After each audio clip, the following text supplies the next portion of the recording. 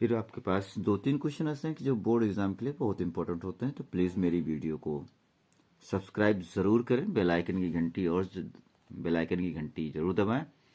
और आपको क्वेश्चन से मतलब एग्ज़ाम से रिलेटेड क्वेश्चन दे रहे हैं, हिंदी मीडियम और इंग्लिश मीडियम दोनों एक साथ कंपेयर कर दिया है थोड़ा सा, और दोनों के आंसर सेम, बस क्या ऊपर हिंदी है और उसके नीचे इंग्लिश में लिखा हुआ है, जिससे कि हिंदी मीडियम और इंग्लिश मीडियम दोनों पढ़ सकें और क्वेश्चन को अच्छी तरीके से लगा सकें। अब आइए देखते हैं क्वेश्चन को पढ़ते हैं, क्वेश्चन को समझते हैं। लिखा है कि एक समतल वैद्युत चुंबकीय तरंग में अधिकतम चुंबकीय क्षेत्र की तीव्रता यानी कि बी नॉट में दिए 3 × 10⁻⁴ टेस्ला दिया हुआ है। ठीक है ना। कह रहे हैं वैद्युत क्षेत्र की अधिकतम तीव्रता का मतलब हुआ E0 इज क्वेश्चन मार्क। और कह रहा है तथा वैद्युत क्षेत्र की अधिकतम तीव्रता तथा वैद्युत व चुंबकीय क्षेत्र के संगत औसत ऊर्जा घनत्व की भी गणना करनी है, यानी कि यूई भी निकालना है और आपको यूबी भी निकालना है। वही चीज को इंग्लिश में लिखा है, the maximum magnetic field intensity in a plane electromagnetic wave is 3 × 10⁻⁴ tesla. Calculate the maximum intensity of the electric field and the average energy density corresponding to the electric and magnetic fields। Same दोनों का वही है, question लगाएंगे। तो सबसे पहले हमें क्या निकालना है, E0 निकालना है। तो आपको पता है कि E0 इक्वल टू होता है B0 इंटू सी। ठीक है, तो कैसे सी इक्वल टू क्या होता है, E0 अपॉन B0। तो यदि हमें E0 निकालना तो क्रॉस मल्टीप्लाई हो जाएगा, तो E0 निकल आएगा आपका। तो E0 B0 तो हमें कितना दिया है, 3 × 10⁻⁴ टेस्ला। सी के प्रकाश की चाल है, यानी कि लाइट है, तो 3 × 10⁸ मीटर पर सेकेंड। तो E0 3 त्रिक 9 3 3 9, 8 में से 4 निकाल दो, मतलब 8 में से 4 माइनस कर दें तो 10 की पावर क्या आ जाएगा 4। और वैद्युत क्षेत्र की तीव्रता का मात्रा क्या आता है, न्यूटन प्रति कूलाम हो जाएगा। यानी अधिकतम वैद्युत क्षेत्र की तीव्रता यानी कि intensity of the maximum intensity of the electric field निकल आएगी। लेकिन ये आपसे कह रहा है कि एवरेज एनर्जी डेंसिटी हमें किसकी, इलेक्ट्रिक की भी निकालनी, मैग्नेटिक फील्ड की भी निकालनी है। तो जाहिर सी बात है कि इसमें क्या, वैद्युत क्षेत्र की अधिकतम तीव्रता हमने निकाल ली, E0 की वैल्यू निकाल ली।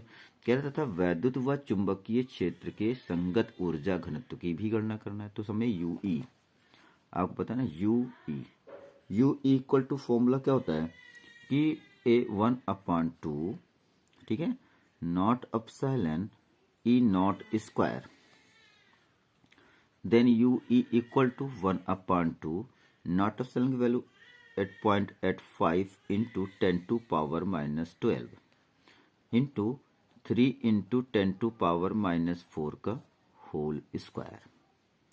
ये हमारा फार्मूला बन गया। ठीक है ना। तो सॉरी, E0 की वैल्यू कितनी, 9 इंटू 10⁻4 + 4 है E0 की value. UE equal to 1/2 into 8.85 into 10⁻⁻12 into 9 9 81, 9 9 81 into, ये प्लस में है तो 10 की पावर क्या आ जाएगा 8। अब सबसे पहले हम क्या करेंगे, इनको कहीं मल्टीप्लाई कर लेते हैं, और मल्टीप्लाई जब हमारा जो निकलेगा उसी से रिलेटेड हम लोग वर्क करेंगे। तो सबसे पहले तो मल्टीप्लाई करना है हमको। तो मल्टीप्लाई करने के लिए हम क्या करें कि एक क्वेश्चन ले लेते हैं। यहाँ पर देखो क्या करना था हमको, 8.85 इंटू 9, सॉरी 81 है। तो पहले 1 से मल्टीप्लाई 5 8 8, और 81 है, 8 पंचे 40, 4 8 28 64, 64 4 68 6, 8 64 64 6 70, 5 8 16 7। तो 2 अंक पे दशमलव लगा देंगे, तो कितना आ गया 716.85। तो UE की वैल्यू आ गई, कितनी आ गई भाई, 81 से गुणा किया 716.85 बटे में 2। अब यहाँ तो -12 में 8 जोड़ लोगे तो हो जाएगा 10 की पावर -4। तो यहाँ से हम UE की वैल्यू निकालेंगे।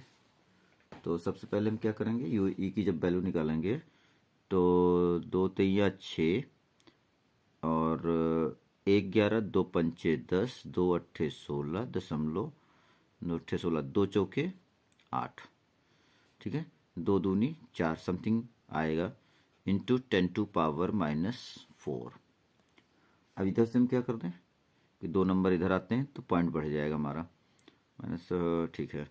तो UE इक्वल टू आ गया भाई 3.58 इंटू 2 नंबर इधर है तो 2 नंबर जुड़ जाएगा यहाँ पे, तो -4 में +2 जोड़ेंगे तो कितना आ जाएगा -2, तो यह आ जाएगा जूल प्रति मीटर क्यूब।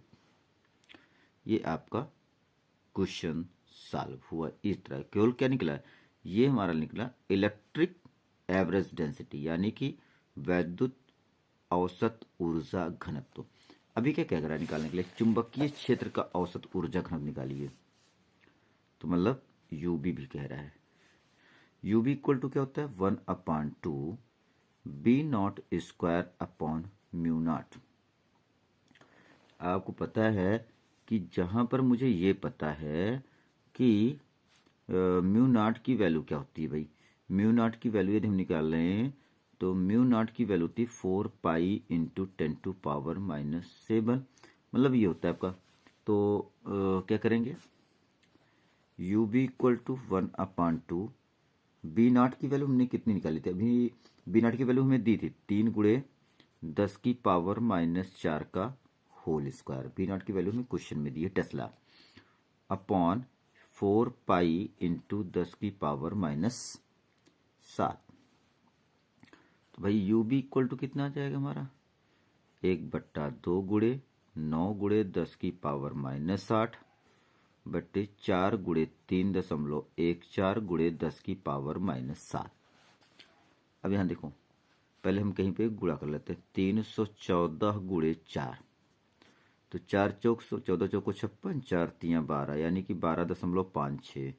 तो 12.56 को भी 2 से भी गुणा कर ले, यहाँ पर है तो 2 छंग 12, 2 पंचे 10 11, 12 दूना 24 1 25, यानी कि 25.12। तो आ गया UB बराबर आ गया भाई 9 गुणे 10 की पावर -8, ये माइनस में है तो ऊपर जाए तो +7 बटे ये आ गया 12.56, ठीक है ना, 4, ठीक है, 4 5 टू 10 टू पावर -7, ठीक है। तो ये आ गया UB बराबर -8 से 7 निकाल दीजिए तो -1 बचेगा, यानी कि 2 दशमलव हटाओ तो 2 जीरो ऊपर भी बढ़ जाएंगे, और इंटू 10 टू पावर -1 अपॉन 1256। यदि इसको हम डिवाइड करेंगे तो 1256, 12 चौक 48, 12 तिया 36, यानी कि 12 चौक 48, 12 नहीं भाई 25.12 आएगा भाई, ये तो उल्टा हो गया हमारा, 25.12, और ये भी हो जाएगा हमारा, थोड़ा सा ये हम गड़बड़ हो गया, ये 25/12 आ जाएगा, ठीक है। तो इसको यदि हम डिवाइड करेंगे तो ये आएगा 0.36 इंटू 10 टू पावर -1 आएगा, डिवाइड करोगे तो, क्योंकि 25 एक दशमलव लगाओ तो 0 बढ़ेगा, तो 25 चौका 100 हो जाएगा, ज़्यादा हो जाए 25 तिया 75 हो जाएगा। तो UB की वैल्यू कितनी आई हमारे पास 0.36 इंटू 10 टू पावर -1। तो इसको यदि हम एक पॉइंट उधर चलते हैं तो UB बराबर आ जाएगा 3.6। यदि हम इधर से इधर की तरफ चलते हैं तो पावर डिक्रीज होती है, तो डिक्रीज होगी तो इंटू क्या होगा, -1 में एक डिक्रीज करेगा तो -2, और आपको ऊर्जा घनत्व का मात्रक होता है जूल प्रति मीटर क्यूब होता है। तो इस तरह से हम क्वेश्चन को निकालेंगे। तो ये हो गया हमारा मैग्नेटिक फील्ड, क्या हो गया, मैग्नेटिक फील्ड किसकी, average density of magnetic field का जो है आंसर निकल आया यूबी।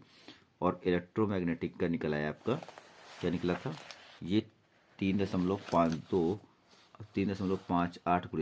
× 10⁻²- जूल प्रति मीटर क्यूब। और ई नॉट जो क्वेश्चन कह रहा था उसे निकाल लिया गया इस तरह से।